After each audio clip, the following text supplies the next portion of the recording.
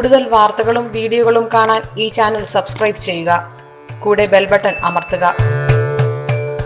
നമസ്കാരം. പുണർദം നക്ഷത്രത്തിന്റെ ദശാനാഥൻ വ്യാഴമാണ്.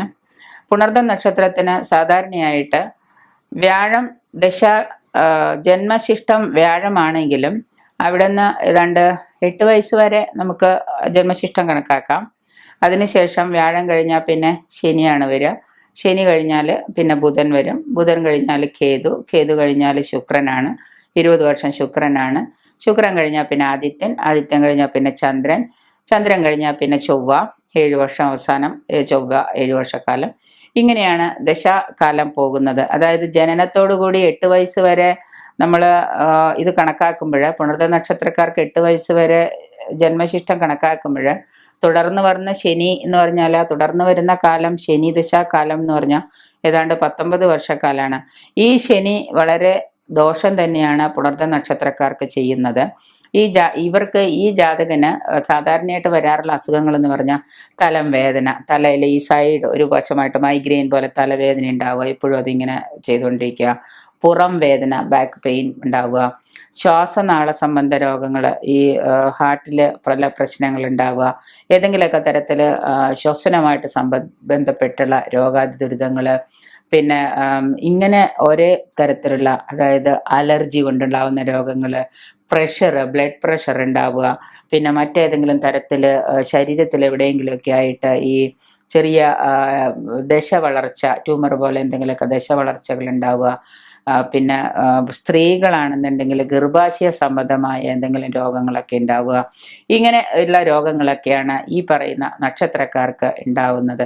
ഇവർക്ക് ഈ വരുന്ന ദശാകാലങ്ങൾ, അതായത് ഇപ്പോൾ ജനനം വ്യാഴത്തിലാണ്, അത് കഴിഞ്ഞാൽ ശനിയാണ്, ശനി കഴിഞ്ഞാൽ ബുധനാണ്. ഈ ദശാകാലങ്ങളിൽ ഈ ബുധദശാകാലം, അതായത് ഇവരുടെ ഈ ദശാകാലത്തിൽ ഈ ബുധദശ ഏതാണ്ട് 17 വർഷക്കാലം ബുധദശ വരുന്നുണ്ട്.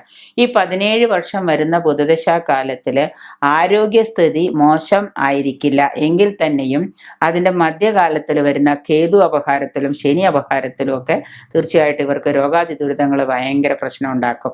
അപ്പോൾ ഈ ബുധദശ നമ്മൾ നല്ലതാണ് എന്ന് പറഞ്ഞിരുന്ന് ഒരു മധ്യത്തിലേക്ക് വന്ന് ഈ ബുധനിലെ കേതുവിൻ്റെ അപഹാരവും ബുധനിലെ ശനിയുടെ അപഹാരവും വരുന്ന സമയത്തായിരിക്കും ഇവർക്ക് രോഗദുരിതങ്ങൾ കൂടുതലായിട്ട് വരിക. അപ്പം അതുകൊണ്ട് തന്നെ നമ്മൾ ചെയ്യേണ്ടതെന്ന് വെച്ച് കഴിഞ്ഞാൽ ഈ സമയങ്ങളിൽ നമ്മളുടെ രോഗങ്ങൾ എത്രത്തോളം മൂർച്ഛിക്കും എന്നുള്ളത് കണ്ടുകൊണ്ട്, ചിലവർക്ക് മഞ്ഞപ്പിത്തം പിടിച്ചു കഴിഞ്ഞാൽ പുണർദ നക്ഷത്രത്തിലുള്ള വിവരത്തിൽ മഞ്ഞപ്പിത്തം പിടിച്ചു കഴിഞ്ഞാൽ അറിയേയില്ല, പുറമേ അറിയേയില്ല. അവസാനം അത് കാഠിന്യത്തിലേക്ക് എത്തിക്കഴിയുമ്പോഴായിരിക്കും അറിയുക, കരളിനെയൊക്കെ ബാധിച്ചു കഴിയുമ്പോഴായിരിക്കും അറിയുക. അപ്പോൾ ഇവർക്ക് വരാവുന്ന രോഗം ഇന്നതാണ്, ആ സമയത്ത് ഇന്ന രോഗം ഉണ്ടെന്ന് നമുക്ക് അറിയാൻ പറ്റുമെങ്കിൽ സ്കാൻ ചെയ്ത് നോക്കാതെ തന്നെ നമുക്ക് ജാതകം പരിശോധിച്ചാൽ രോഗവിവരങ്ങൾ അറിയാൻ പറ്റും. അപ്പോൾ ചോദിക്കുമെങ്കിൽ ശരി, നിങ്ങൾ ഇന്ന രോഗം എന്താണെന്നൊന്ന് പറയൂ എന്ന് പറഞ്ഞാൽ രോഗാതി ദുരിതങ്ങൾ മുൻകൂട്ടി കാണണമെങ്കിൽ സമയമെടുത്ത് നമ്മൾ ദശാനാഥന്മാരെ വിചിന്തനം ചെയ്ത് ആ രോഗം ഇന്ന സമയത്ത് വരും എന്ന് കണ്ടുപിടിച്ചു കഴിഞ്ഞാൽ തീർച്ചയായിട്ടും അതിൻ്റെ തുടർച്ചയായിട്ട് എന്തെങ്കിലുമൊക്കെ ബുദ്ധിമുട്ടുകൾ വരുമ്പോൾ നമുക്ക് അതിന് മരുന്നുകളോ പരിഹാരങ്ങളോ മന്ത്രങ്ങളോ ഒക്കെ ചെയ്ത് അതിൻ്റെ കാഠിന്യത്തിലേക്ക് പോകാതെ സാധിക്കാം. ഹാർട്ടിന് ഓപ്പറേഷൻ വേണമെന്ന് പറഞ്ഞ് വളരെ സിമ്പിളായിട്ട് നടന്നിരുന്നൊരു വ്യക്തി പെട്ടെന്നൊരു ദിവസം സുഖമില്ലാണ്ട് ഹാർട്ടിന് ഓപ്പറേഷൻ പറഞ്ഞു. അത് കഴിഞ്ഞ് കുറച്ച് നാൾ കഴിഞ്ഞ് അദ്ദേഹം കുഴപ്പമില്ല, മരുന്ന് കഴിച്ചുകൊണ്ട് നടന്നു. പിന്നെ പരിഹാരങ്ങളും വഴിപാടുകളും പൂജകളും മന്ത്രങ്ങളും ഔഷധങ്ങളും, ഇത് കേട്ടാൽ ഡോക്ടർമാരെ നമ്മളെ തല്ലിക്കൊല്ലും. എങ്കിൽ തന്നെയും ഔഷധങ്ങളും കഴിച്ചു. കുറച്ച് നാൾ ഇത് ചെയ്തു. എനിക്ക് അസുഖമൊന്നുമില്ല എന്ന് പറഞ്ഞുകൊണ്ട് നടന്ന് കുറേ കാലത്തിന് ശേഷം മരുന്നുകളൊക്കെ കഴിച്ച് കുറേ കാലം കഴിഞ്ഞപ്പോൾ എന്താണ്, പെട്ടെന്ന് ഒരു ദിവസം എന്തോ കാര്യത്തിന് വീണ്ടും ഒന്ന് നോക്കേണ്ടി വന്നു. എക്സ്റേ ഒക്കെ എടുത്ത് നോക്കി ചെയ്തു കഴിഞ്ഞപ്പോൾ കുഴപ്പമില്ല, വലിയ പ്രശ്നമൊന്നുമില്ല, ഓപ്പറേഷനൊക്കെ ഒഴിവാക്കാം, മരുന്ന് കൊണ്ട് കാര്യങ്ങളൊക്കെ മാറി. എന്തുകൊണ്ടാണ്? അവർക്ക് ആ സമയത്ത് രോഗം വരുമെന്ന് മുൻകൂട്ടി കണ്ടു, അതിനുള്ള പരിഹാരങ്ങളും ചെയ്തു, ജീവിതത്തിൽ അതിനെ പ്രൊമോട്ട് ചെയ്തിട്ട് മനസ്സിന് നല്ല ബലവും കൊടുത്തു. ഈ മനസ്സിന് ബലവും കൊടുത്തു കഴിഞ്ഞപ്പോൾ ഈ രോഗത്തിൻ്റെ അവസ്ഥയ്ക്ക് തന്നെ മാറ്റം വന്നു. അതേസമയം ഹാർട്ടിന് അസുഖമുണ്ട്, ഹാർട്ട് വളരെ പ്രശ്നമാണ്, ഹാർട്ടിന് ഒരു ആൻറ്റിയോപ്ലാസ്റ്റ് വേണം, ഒരു ബൈപ്പാസ് സർജറി വേണമെന്ന് പറഞ്ഞ അയാൾ വീട്ടിൽ ചെന്നിട്ട് ദൈവത്തിനേ ഇല്ല, പ്രാർത്ഥനയില്ല, ജപവും ഇല്ല, മന്ത്രമില്ല, അയ്യോ എനിക്ക് രോഗം, ഞാനിപ്പോൾ മരിക്കും എന്നിങ്ങനെ ഫുൾ ടൈം അഫർമേറ്റ് ചെയ്തുകൊണ്ട് നടന്നു കഴിഞ്ഞാലോ തീർച്ചയായിട്ടും ഒരു 6 കൊല്ലത്തിനുള്ളിൽ അല്ലെങ്കിൽ ഒരു 3 കൊല്ലത്തിനുള്ളിൽ അയാൾ മരിച്ചിരിക്കും. ഉറപ്പാണ്. അറ്റാക്ക് വന്നോ മറ്റേതെങ്കിലും കാര്യത്തിൽ അയാൾ മരിച്ചിരിക്കും. അപ്പോൾ അതിനെ നമ്മൾ പിന്നെ സാധാരണ നമ്മൾക്കൊക്കെ എന്ന് പറഞ്ഞാൽ ഒരസുഖം വന്നു കഴിഞ്ഞാൽ അയ്യോ എനിക്ക് അസുഖം വന്നല്ലോ, ഞാനിനി എന്തൊക്കെ അനുഭവിക്കേണ്ടി വരും എന്ന് ചിന്തിച്ച് ഈ നമ്മളിലേക്ക് ഒരു വ്യാധി വന്ന് കയറും. ഈ ആദ്യം വ്യാധി ഒഴിവാക്കാനാണ് ഞാൻ പറയുന്നത്. എനിക്ക് മുൻകൂട്ടി രോഗം വരും എന്നറിയാവുന്നത് കൊണ്ട് ഞാൻ എന്ത് ചെയ്യണം, അതിനുള്ള പ്രതിവിധികൾ ആ സമയാസമയങ്ങളിലോ കൊല്ലത്തിലൊരിക്കലോ മാസത്തിലൊരിക്കലോ നമ്മൾ ചെയ്യാൻ നോക്കുക. എന്നിട്ട് അതിൻ്റെ കൂടെ മരുന്ന് കഴിക്കുക, ഡോക്ടറെ കാണുക, കാര്യങ്ങളും ചെയ്യുക. അങ്ങനെ ചെയ്യുമ്പോൾ പിന്നെ അതിന് മാത്രമായിട്ട് മെനക്കെട്ട് നടക്കാനും സമയമാണ്. ഒരു രോഗം വന്നാൽ ഹോസ്പിറ്റലിൽ പോയിട്ട് ദിവസങ്ങളും മണിക്കൂറുകളും ഇരിക്കാൻ നമുക്ക് സാധിക്കും. പക്ഷെ ഒരു നേരം ഒരു അമ്പലത്തിൽ പോകാനോ ഒരു 15 മിനിറ്റ് ഒരു നാമം ചെല്ലാനോ 15 മിനിറ്റ് ഒരു മന്ത്രം ജപിക്കാനോ മരുന്ന് കഴിക്കുന്നതിനോടൊപ്പം തന്നെ ആ മന്ത്രം ജപിച്ചുകൊണ്ട് ആ മരുന്ന് കഴിച്ചാൽ, ചിലപ്പോൾ ഗുളിക കഴിച്ചാൽ, ടാബ്ലറ്റ് കഴിച്ചാൽ നമുക്ക് തീർച്ചയായിട്ടും എന്താണ് അതിനൊരാശ്വാസം കിട്ടും. അപ്പോൾ ഈ മാതിരിയുള്ള അസുഖങ്ങൾക്ക് നമ്മൾ പരിഹാരമായിട്ട് ചെയ്യേണ്ടത് മൃത്യുഞ്ജയ ഹോമം ചെയ്യുക, ധന്വന്തരി ഹോമം ചെയ്യുക. ഇങ്ങനെ പിന്നെ മാത്രമല്ല ഈ പുണർദ നക്ഷത്രത്തിലുള്ള ആളുകൾക്ക് ശ്വാസകോശ സംബന്ധമായ ശ്വാസതടസ്സമായ രോഗങ്ങൾ, ആസ്മ, വലിവ്, ബ്രോങ്കറ്റീസ് പോലുള്ള രോഗങ്ങളുണ്ടെങ്കിൽ ഞായറാഴ്ചയും പുണ്യനക്ഷത്രവും കൂടി വരുന്ന ദിവസം, ഞായറാഴ്ചയാവണം, അന്ന് ഏതെങ്കിലും പുണ്യനക്ഷത്രം കൂടി വരുന്ന ദിവസമാണെങ്കിൽ എരിക്കിൻ ചമത ഉണ്ട്, 4 തണ്ട് എടുത്തിട്ട് 4 തണ്ട് കൂട്ടിച്ചേർത്തിട്ട് മടക്കായിട്ട് ഈ ചരട് 4 തണ്ട് എടുക്കുക. എന്നിട്ട് ഇങ്ങനെ മടക്കിയിട്ട് അതിങ്ങനെ ചരട് കൊണ്ട് കെട്ടുക. നമ്മൾ ഇതൊക്കെ ചെയ്യുന്ന പോലെ വിറകൊക്കെ കെട്ടുന്ന പോലെ ഇങ്ങനെ 4 ചരട്, കറുത്ത ചരട് കൊണ്ടോ അല്ലെങ്കിൽ ചുവന്ന ചരട് കൊണ്ടോ എരിക്കിൻ്റെ 4 തണ്ട് എടുത്തിട്ട് ഇങ്ങനെ വെച്ച് അത് കെട്ടിയിട്ട് നമ്മൾ നമ്മുടെ ഈ ഭുജത്തിൽ, കൈയിൻ്റെ ഭുജം എന്ന് പറഞ്ഞാൽ ഇവിടെ കൊണ്ടുവന്നിട്ട് നമ്മൾ കെട്ടുക.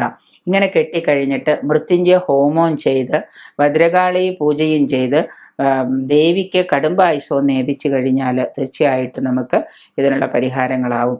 ഹാർട്ടിന് പ്രശ്നങ്ങളൊക്കെ ഉണ്ടെന്ന് തോന്നിക്കഴിഞ്ഞാൽ ഉടനെ നമ്മൾ പോയിട്ടൊരു മൃത്യുഞ്ജയ ഹോമം ചെയ്ത് ഡോക്ടറെ കണ്ട് മരുന്ന് കഴിക്കുന്നതിനോടൊപ്പം തന്നെ ഒരു മൃത്യുഞ്ജയ ഹോമം ചെയ്ത് ഈ പരിഹാരമായിട്ട് ഈ ഭദ്രകാളിക്ക് ഈ പറയുന്ന എരിക്കൻ ചമത കൊണ്ട് നമ്മൾ ഹോമം ചെയ്യുക. എന്നിട്ട് ഈ എരിക്കൻ ചമത 4 എടുത്ത് ഭുജത്തിൽ ഇങ്ങനെ കെട്ടി കറുത്ത ചരടോ ചുവന്ന ചരടോ കൊണ്ടോ കെട്ടി ഭുജത്തിൽ നമ്മൾ സ്പർശിച്ച് ബന്ധിച്ചിടുന്നത് രോഗാതി ദുരിതത്തിനൊരു പരിഹാരമാണ്. ഉള്ളിലേക്ക് മരുന്ന് കഴിക്കുന്നു, പുറമേ നമുക്ക് പ്രൊട്ടക്ഷനായിട്ട് കവചമായിട്ട് നമ്മൾ ഈ പറയുന്ന കാര്യങ്ങളൊക്കെ ചെയ്യുന്നു. അങ്ങനെ ചെയ്താൽ തീർച്ചയായിട്ടും നിങ്ങളിലേക്ക് വരുന്ന കഠിനമായ രോഗങ്ങൾക്ക് ഒരു പരിധിവരെ ആശ്വാസം കിട്ടും. പിന്നെ നിങ്ങളുടെ മനസ്സും നിങ്ങൾ ഇതിൽ നിന്ന് മോചനമാണ്. പലരും കേട്ടിട്ടുണ്ട്, നമ്മൾ മരുന്നും കഴിക്കുന്നുണ്ട്, അവർ ഇതൊക്കെ ചെയ്തു കഴിഞ്ഞിട്ട് അവരോട് പറയും ഇത്ര കാര്യങ്ങളുണ്ട്, നിങ്ങൾക്ക് ഈ രോഗം ഇത്ര കാലം തുടർച്ചയായിട്ട് വരും, ആ ഇത്ര കാലം ഉണ്ടാകുന്ന രോഗത്തിന് നിങ്ങൾ ഇന്ന കാര്യങ്ങളൊക്കെ ചെയ്യൂ, ഒന്ന് നാമം ചെല്ലൂ, ഒന്ന് അമ്പലത്തിൽ പോകൂ, ഒരു മൃത്യുഞ്ജയ ഹോമം ജപിക്കൂ എന്ന് പറഞ്ഞാൽ അതൊക്കെ ചെയ്തിട്ടും എൻ്റെ രോഗം മാറുന്നില്ല എന്ന് പറയുന്ന ആളുകളാണ്. കാരണം അവരുടെ ഉള്ളിൽ രോഗം മാറരുത് എന്നാണ്. കാരണം ഡോക്ടറെ അടുത്ത് പോകുന്നുണ്ട്, ഡോക്ടർമാർ പരിശോധിച്ചിട്ട് പറഞ്ഞു പ്രത്യേകിച്ചൊന്നും കാണുന്നില്ലല്ലോ, രോഗമൊന്നും ഇല്ലല്ലോ, നിങ്ങൾക്ക് അസുഖമൊന്നും കാണുന്നില്ല, നിങ്ങൾ ഈ പറയുന്ന പോലെയുള്ള വലിയ ഒരു ക്രിട്ടിക്കൽ സ്റ്റേജ് ഒന്നും കാണുന്നില്ല, ശരി ഓക്കെ മരുന്ന് കഴിക്കൂ. മരുന്ന് എഴുതി കൊടുത്തു, ആ മെഡിസിൻ കണ്ടിന്യൂ ചെയ്യുന്നു. മെഡിസിൻ ദിവസവും രാവിലെ കഴിക്കും, അവരുടെ രോഗത്തിനൊരു കുറവുമില്ല. കാരണം എന്താ, അവർക്ക് ഡോക്ടറെയും വിശ്വാസമില്ല, ഈ ആസ്ട്രോളജറെ വിശ്വാസമില്ല, അവരെ തന്നെ വിശ്വാസമില്ല. അപ്പം നമ്മൾ അവിടെ ഈ കഴിക്കുന്ന മരുന്ന് എൻ്റെ രോഗം മാറ്റും, ഞാൻ ഈ ജപിക്കുന്ന മന്ത്രം എൻ്റെ രോഗം മാറ്റും. മന്ത്രങ്ങളുടെ ശക്തിയും ഒക്കെ ഭയങ്കര. അപ്പോൾ പരിഹാരങ്ങൾ ചെയ്യേണ്ടടുത്ത് ചെയ്തിട്ട് ഈ ശക്തി മനസ്സിന് ബലം കൊടുത്ത് മനസ്സിനെ നമ്മൾ ആ ഒരു രീതിയിൽ നമ്മൾ വലിച്ചുകൊണ്ട് പോവുകയാണെങ്കിൽ തീർച്ചയായിട്ടും നിങ്ങളുടെ രോഗം മാറും, ഉറപ്പാണ് രോഗം മാറും. അപ്പോൾ അതിലെ രീതിയിലേക്ക് നമ്മൾ പരിഹാരക്രിയകൾ കണ്ടെത്തുക. ഒപ്പം തന്നെ മന്ത്രവും നമ്മൾ ഒരുപോലെ ഉപയോഗിച്ചുകൊണ്ട് പോവുക. ഒരു ഈശ്വരീയമായ ഒരു ശക്തി നിങ്ങളിൽ ഉണ്ടെങ്കിൽ, ഒരു ചൈതന്യം നിങ്ങളിൽ ഉണ്ടെങ്കിൽ നിങ്ങൾ ഏത് മരുന്ന് കഴിച്ചാലും നിങ്ങളുടെ രോഗം 90 ദിവസം കൊണ്ട് മാറും. അപ്പോൾ അതിനെ നമ്മൾ ചെയ്യാം. പിന്നെ ചില ദിവസങ്ങളിലെ രോഗം വന്നു കഴിഞ്ഞാൽ മാറാൻ ബുദ്ധിമുട്ടുള്ള ചില ദിവസങ്ങളുണ്ട്, ചില നാളുകൾക്ക്